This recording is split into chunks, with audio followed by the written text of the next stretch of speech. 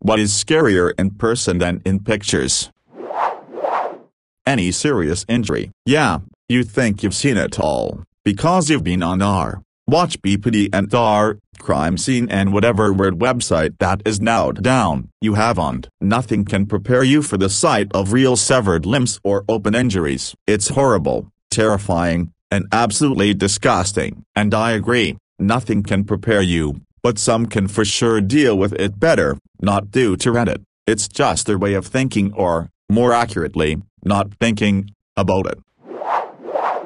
Oh, I know, without having any experience in this, that I'd be a complete pussy when it comes to stuff like that. I admit it, I know it, I do not have the stomach for it, no denial. If I ever knew something like that might exist in my proximity, I'd walk the other way, not even peek at it. Actually, one time I drove slowly past the scene where some guy jumped off an overpass onto a highway. I was on the highway and it caused a big backup and we all had to drive slowly by it, so I didn't even have a choice. There was a blanket over the guy but his shoeless foot was peeking out, and a few feet away was some small uncovered pile of human parts. It messed me up for the day. My buddy had a bad knee injury during recreational sports. He tore like all the ligaments and tendons and cartilage or whatever. I exaggerate when I say all. But he was screaming for an ambulance, so I walked over to check it out and he was like poking his patella around in his leg. Not like in school when that one kid would like push it back and forth. I mean like air hockey under his skin. Former imp, and I was about to post this. I've had students faint in the past on calls, after boasting how they are so desensitized to violence and trauma. It's totally different in person, and especially when that trauma is looking and screaming at you for help. Depends on the bear. I came across a mother black bear and her two cubs once while hiking. I kept my distance and made lots of noise and it was fine. I never felt unsafe and the baby bears were so cute. Grizzlies on the other hand, I hope I never come across one of those. I did a feeding thing at the zoo in Bali. I was about 1 meter away from the tiger when it just went ears back and growled at me. The weirdest thing was that there was no flinch, just an acceptance of death. My brain knew it was over, so why bother wasting adrenaline? Never been happier to have bars separate me from an animal. Had two male juvenile lions unconcernedly walk together by my safari van in Kenya. They were huge. I very slowly closed the flimsy van window, but otherwise was frozen still. I never felt more like just meat. Jesus Christ, tigers are terrifying. I was walking through my university's zoo, and I walked past the tiger enclosure. Things seemed pretty calm, obviously bred in captivity. He was playing with some dope-looking toys and had a lot of room to run around. I spent some time staring. And eventually he walks pretty close to the glass and just stares back at me. Then homie just lets out an insane growl, really loud and raspy. I couldn't help but think, if that plexi hadn't been there, he'd have fucking eaten me. Right then, right there. Went to the wildlife animal sanctuary once. Some lions there were roaring very loudly. I legit feared for my life even though they were secured. I have the exact opposite reaction to heights. I love them. Is there a term for the opposite of a phobia? Walk along a path with a 100 feet drop on one side. Dude, I'm there. I've always had a preternatural sense of balance, although now that I'm into my 50s, it's degraded a lot and I don't have the nth degree of confidence I once had. The first time I exited an airplane from a float position, hanging off the outside, was awesome. I was only planning 2 jumps that day, but ended up doing 6, as hanging off the side of an aircraft at 15,000 feet was what I was built for. With that said, I cannot and under any circumstances stick my hand into a place I cannot see into. Just not going to happen. Back in elementary school, the teacher had a prize bag that students could shove their hand into to pull out a prize for a good score, or a good behavior. However, she would hold it up so the student couldn't see into the bag. Yeah, I never got one of those prizes, and not due to being a bad student. The teacher actually had a conference with my mom about it. I was a good student, but always declined the prize. Bison. They look all calm and majestic, but they are literal walking tanks that could fuck you up real good if they wanted to. Not to mention they are massive. Went to Yellowstone a couple of years ago. A herd of bison were coming slowly down the road, so of course all the cars were stopped. The bison walked all around and in front of our car. That's when I learned that bison are bigger than a Hyundai, and it feels quite scary being close enough to smell them and keeping your hand on your dog's nose in terror that she would go berserk and scare said bison into slamming into the car. Yes. Quite a run-on sentence, but that was kind of how my brain was running right then. Oh god, oh please be quiet, doggo. At first I thought you are talking about Oriental magpie robin, Cocycus salaris. Due to your thumbnail I assumed you are from India, and first thing I thought that how magpie robin can be scarier to someone. They are small bird which are known for their melodious calls, songs. Then I googled magpie during swooping season and I got the idea what you are talking about. Even in controlled situations it's a mindfuck. During one of my training schools we were doing live ammo fire team rushes where 2 people run forward while 2 people shoot past them as cover fire. The 2 people firing past me were very short and they weren't aiming very high either. Hearing a bullet whiz just past your head is a sound you will never forget. Also going to the range and working the pits, bullet impacts just sounded like just continuous cracks. Crazy, unhinged people. When you see them on video or pictures it's like whatever, but in real life you have no idea what shit could go down because of them. Usually when you see them online it's part of some news story or video and you're fully expecting it. In real life it's out of the blue and rare you wonder if a fight will break out or someone's gonna get shot. Yeah, I had a complete stranger approach me at the supermarket and start yelling at me like I was her abuser or something. It was pretty unnerving even though she was much smaller and older than me. You never know what could go down. This is what freaked me out about the Joker movie with Joaquin Phoenix. Blood and gore is one thing in a horror movie, and watching some young lady running from a chainsaw lunatic, but watching Joaquin Phoenix just make small talk with a lady in an elevator, and the next scene shows him stalking her and watching her child at school because he developed an emotional attachment. I had to pause the movie for a moment. I was scared to see what was going to happen. That's what stopped me from using public transport. Went to go to work. After the first stop I realized no one at this one was going near the buses. Went to get on my one. Then I noticed a homeless dude in the middle of the thing, who fell asleep waiting for people to get a bus. The nutter had a knife the size of my forearm, and when the cops finally showed up and got him, turned out he came to stab fuckers and take their shit. Decided to finally buy a car about 10 minutes after that. This was about a month after the bus hub guard got a random axe in his head. In a certain major U.S. West Coast city known for tech, they're everywhere. It's no wonder there are far more men than women in the city. I couldn't imagine being at a physical disadvantage and needing to go anywhere on foot. Downtown is like the fucking Walking Dead, except worse because you can't defend yourself until the zombies actually attack you.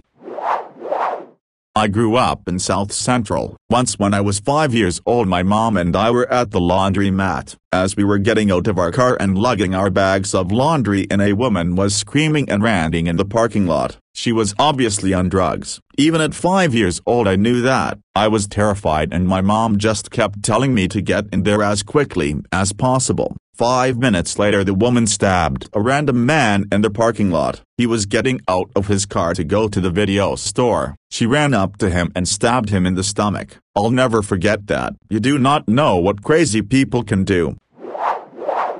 My father deals in architectural antiques, and does the removal by himself most of the time. I helped when I still lived nearby. Most are pretty tame while it's light out, but big buildings where natural light doesn't reach, basements, cellars and crawl spaces are absolutely horrifying. Some attics as well. We started early and were gone well before it got dark, which was hard sometimes in New England during winter. My college hostel had a building under construction in front of it. A worker had died there recently. My room's window was directly facing that building. Whenever I peeked out of it, I got a dreaded feeling that someone is watching me from that building. One of the worst feelings, feeling scared but not knowing what it is. Always love the water. Beach day, lake or sea, was always a great day. However, the day I got on a tiny 4-person boat and sailed over a Norwegian fjord as a tourist thing was the day I discovered what thalassophobia was. Those fjords look so pretty on the pictures, but they're deep and black and huge. It's terrifying. Especially this. We've all seen diamondback rattlesnakes in pictures and nature shows, but a few years back at my local county fair, they had some rattlesnake wranglers there for some educational sort of thing, and the sheer size of them was ridiculous. Length I knew they had, but the girth was what surprised me the most. Worse is being a POW in said war, because in that moment you'll be thinking of two things. 1, I'm gonna to get killed after I'm captured, surrendered. 2, they are going to torture or treat me like a slave until I die, or the absolute worst one. 3, you the only surviving soldier/marine/airman/sailor on the battlefield with hundreds and thousands of dead troops of both sides, and you're the only one that lucked out but ended up with PTSD that will never recover. P.S. Not in the armed forces. Cameras and their photos are not real or natural by any mean. Reflection, mirror, water, windows, etc. have been around since the dawn of time. They are your exact reflection. I've tested before. You and a friend stand in a mirror, look at each other and then turn over to look at one another face to face. They'll look exactly the same in the mirror as they do face to face. Lighting is everything, literally everything from being seen to not, and everything in the middle. Cameras are technology, not human eyes are mirrors. They constantly adjust for the most HD picture, which is adding a bunch of lighting and region focusing. So, in a camera, your complexion will be much more lighter than in person. These adjustments to lighting also affect the overall shape of your face displayed. Lips look bigger, chin looks longer, jawline to dominate, wider nose, etc. The artificial lighting warps your face, making things up close look bigger, and things in the distance look smaller. So yeah, if you're ugly on camera, don't worry about it. Just adjust your lighting and angles. Lightning. It looks beautiful in photos and even in person when it bolts across the sky. But if you've ever been close to a lightning strike or caught in the open during a powerful storm with lightning coming down around you, holy, it is a scary experience.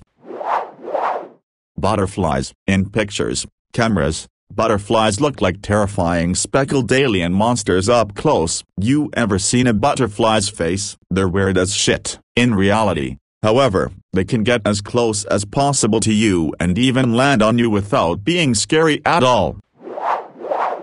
Hallway corridor in the dark. It always gives me a vibe when someone is watching beneath the darkness across the hallway corridor. Dark hallway corridor is 10 times scarier than any GIF picture of jump scares. I had this experiences every time my dorm of my workplace had a sudden blackout during midnight. A group of stray dogs. They might seem friendly, but when you're on a bike out and about on your own, they're rather unpredictable. There are 2 of them in my area. The first group of stray dogs stay near my house, and so they recognize me and never bother me, but the second group would bark the shit out of you and would chase you if you started running. I encountered them once, but they eventually backed off when I stood there. Doesn't matter how cute they look. A pack of stray dogs. Psychological triggers. In pictures, they are depicted as memes. I have PTSD around coffee tables because I stubbed my toe really hard, or I heard a gun fired once. Now I freak out whenever I see them. In reality, triggers aren't just minor annoyances that can be ignored. A trigger is what happens when something in the world around you caused a deja vu moment from your trauma. I have a trigger around people being behind me without me knowing. Several people have been close to getting elbowed in the face because I didn't hear them walk up behind me. I'm a caretaker for a very young child who was violently raped by another kid. One of the last times they were triggered, they bit me, scratched me, slapped me, kicked me in the face, and more. They were trying to hurt me because they were scared. No matter how much I tried to reassure them I was there to protect them. Real triggers are horrible. Moose, you never really think about just how huge they are, but makes can get up to 1,500 pounds. That is literally double the size of a grizzly. They are big enough that they can ram a car and flip it over. My dad told me a story one time about how he was hitchhiking through Canada and he fell asleep next to a tree under a tarp that he set up. He woke up with a loud banging sound and he sat up in his sleeping bag and was less than 6 inches away from the face of a moose who was hitting his antlers up against the tree he was next to.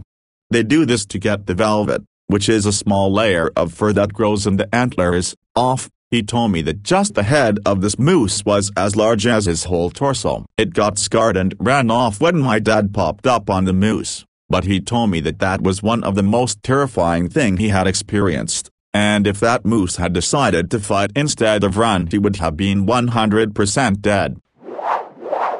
Having a cop pull a gun on you during a traffic stop. I guess this really applies to YouTube videos, but it's similar. I knew I had a busted taillight, so I wasn't surprised when I saw lights. It had happened a few hours prior and I was expecting a fix-it ticket. I turned to hand the officer my license and registration and am inches away from the barrel of a gun pointed at my head. I didn't realize it at the time, but apparently when I reached for my purse my foot slid forward and I revved the engine slightly. No one else in the car heard it happen. It was like my inner monologue fractured into a dozen different voices screaming inside my head. It was incredibly difficult to comprehend the instructions the officer was yelling at me because the noise in my head was so loud and I just froze. Thank God a more experienced officer arrived shortly thereafter and took control of the situation. It really wasn't until he started de-escalating the situation that I could even form complete sentences. My main concern in that moment was how my mom was going to react to the news of my death by cop. One of the scariest moments of my life.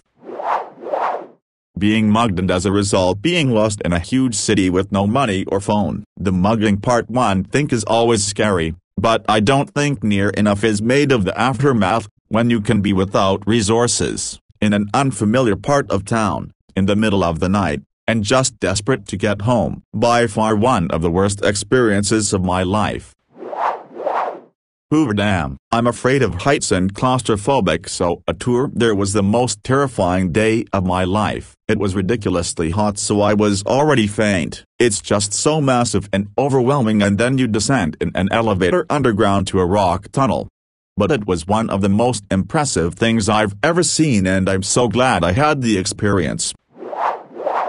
The Grand Canyon. The pictures don't do it justice. It is way more massive than you think, and while it is a popular tourist spot, there are hardly any safety features. You can go to the edge to take a pic and you're inches away from tripping and falling to your death, and there is nothing anybody can do to help you.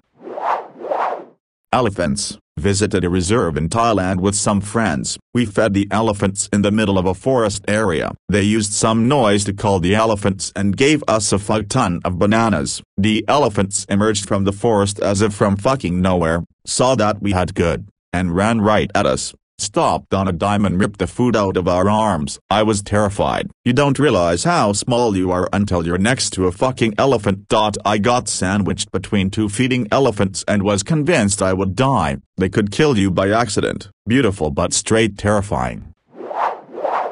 Any large predatory animal, bears, mountain lions, wolves, etc. Me and my parents stay in a house of Echo Lake in Vermont every summer. Last year we were biking from the house to the Canadian border, about 18 miles. Saw a black bear and her baby cross the road on our way back. They stared at us for maybe a minute or so before continuing across the road. We were a good distance away, so I wasn't overly frightened, but I would be lying if I said that I wasn't scared at all. As someone who lost a dad in the hospital, thank you for what you do. My dad was alive and talking with the nurse 1 minute, had a crazy heart attack and fell back on the bed and never recovered. The nurse called me so I could come say goodbye and give permission to pull the plug per his request. I'm so appreciative for everyone that made my dad's life a bit better for the last few weeks of his life in and out of the hospital.